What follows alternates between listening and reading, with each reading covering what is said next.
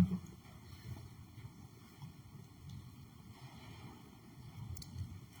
การใช้ชีวิตของแต่ละคนรู้จักความพอประมาณก็คือไม่ว่าจะเป็นเครื่องใช้ต่างๆในการใช้ชีวิตประจำวันของเราถ้ารู้จักพอประมาณก็จะบ่นำความทุกข์กายทุกข์ใจความเร่าร้อนของกายของใจของเราจะบ่เกิดความเร่าร้อนเพราะว่าเรารู้จักประมาณบ่ดิ้นรนขวนขวายหาจนเกินไปในการใช้ชีวิตเราหาหลายอยากได้หลายมีความอยากได้หลายตามกระแสของโลกของสังคมก็สิเกิดความทุกข์แก่ใจของเราเกิดความอยากได้แล้วก็เป็นความทุกข์ทางกายต่อมาเพื่อดิ้นรนขวนขวายหาในการทำงานเพื่อสิได้สิ่งของที่เราปรารถนาที่เราอยากได้ถ้าเราอยากได้หลายก็ได้ทำงานหลายก็เกิดความทุกข์ขึ้นมาสำหรับบางคนอาจจะเป็นมีการคดโกงในการเพื่อว่าสิได้สิ่งของนั้นหรือว่าสิ่งที่เราตั้งหวังไว้เพราะว่าสิ่งเหล่านี้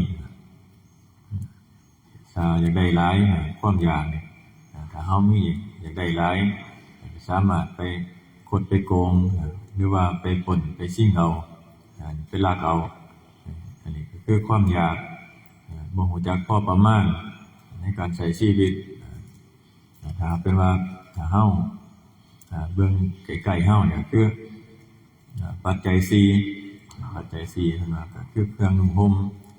หรือว่าอาหารที่อยู่อาศัยยารักษาโรคจังซี่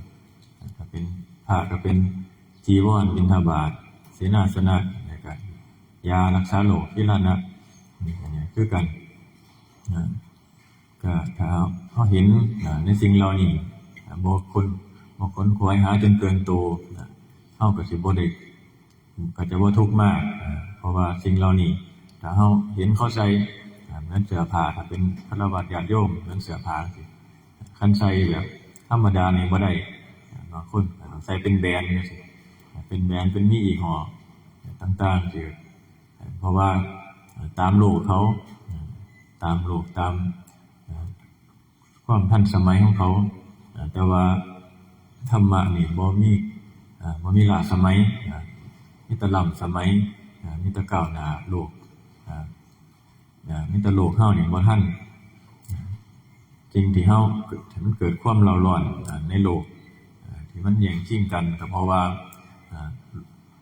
แต่ละคนบ่มีธรรมะประดับจิตประดับใจบ่มีน้อยก็ให้มีหลายบ่มีหลายก็ให้มีน้อยเล็กๆน้อยๆเพื่อว่าสิให้เป็นเครื่องเตือนสติของเฮาในการใช้ชีวิตให้ตั้งอยู่ในความบ่ประมาทก็คือการใช้ชีวิตตั้งอยู่ในความบ่ประมาทเพราะว่าเฮาเห็นสิ่งเหล่านี้เพราะว่าสิ่งของเรานี่ที่เฮาอยากได้ค้นคว้าหาเพราะว่าอยากมีหน้ามีตาบางคนก็มีหน้ามีตาอยากมีคนสรรเสริญจังซี่คนยกย่อจังซี่เพราะว่าแสวงหามาแต่ว่าพอตายไปแล้วเขาไปนำบ่ได้สิ่งเหล่านี้พอตายไปแล้วก็เสียไปซื่อๆเขาก็ลืมไปบ่มีใครจำได้แต่ว่าถ้าเฮาได้สร้างความดีหรือว่าสิ่งที่มันเป็นประโยชน์แก่โลกแก่สังคมหรือว่าต่อศาสนาจังซี่เขาก็สิจำได้บ่ลืมจำได้จนเป็นสรุปชาวล้านไปอันนี้คือสิ่งที่เฮาเฮ็ดไว้แต่ว่าถ้าเฮาไปคดไปโกงเขามาจังซี่มีเป็นหน้าที่การงานเขาก็จำได้เฉพาะแค่ว่าช่วงนั้นช่วงที่เฮาทำการทำงานอยู่ถ้าเฮาออกไปแล้วจังซี่เขาจำบ่ได้เปรียบเสมือนในสมัยหนึ่งจังซี่ก็มีพระโพธิสัตว์เฮาได้เกิดเป็นนกแขกเต้าก็มีลูกเลี้ยงลูกพอลูกใหญ่ไปแล้วเจ้าของเฒ่าแก่ออกไปบินหาอาหารบ่ได้จังซี่ก็ลูกก็เที่ยวไปบินหาอาหารใหม่ทุกมื้อพอมื้อนึงลูกนั้น ไปบินไปที่ก้อนหนึ่งเนี่ยจะมีบักม่วงสุกจะบินไปเอามาแต่ว่าที่เวลาบินไปนี่จะได้ข้ามทะเลไปก้อนนั้น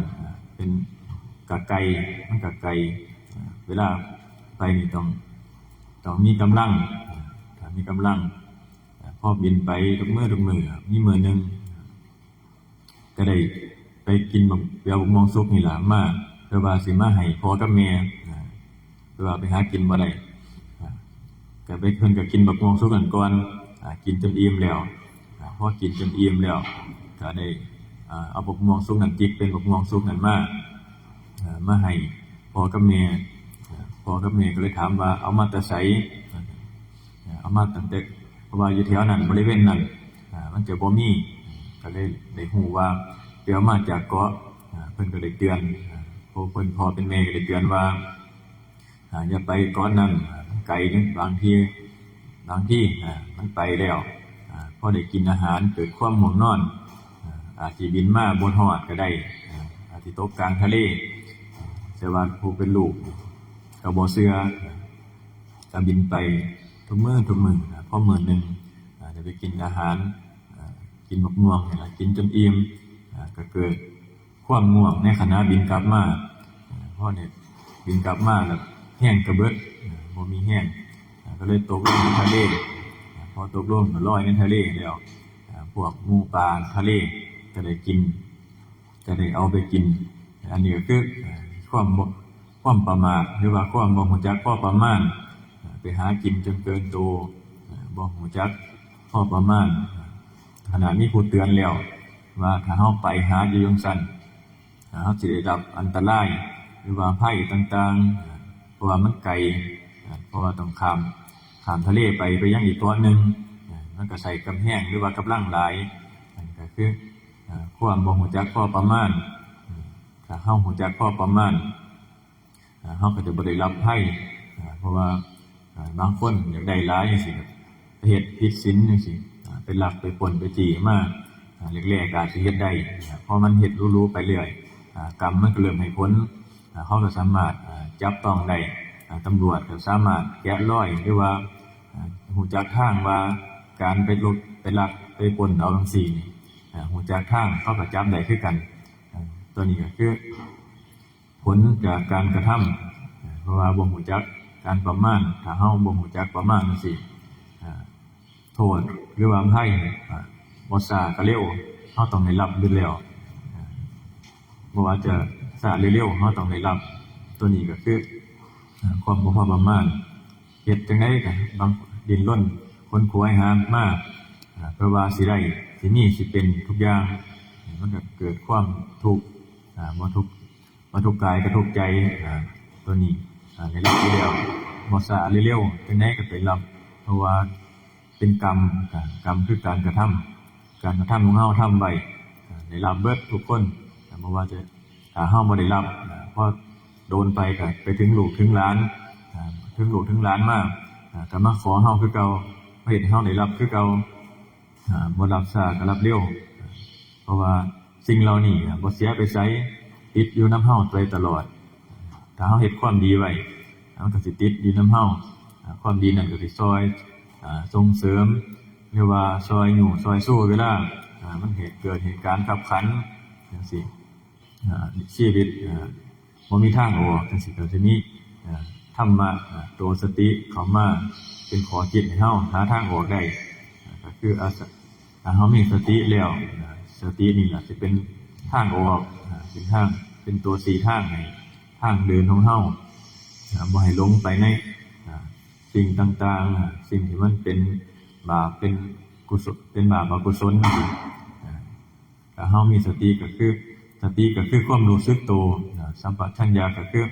ความรู้ตัวทั่วพร้อมเฮามีสิ่งเหล่านี้เข้ามาฝึกไว้เฮ็ดไว้มันก็สิเป็นเครื่องหนุนในการใช้ชีวิตของเฮาบ่ให้หลงไปนำตามโลกจนเกินไป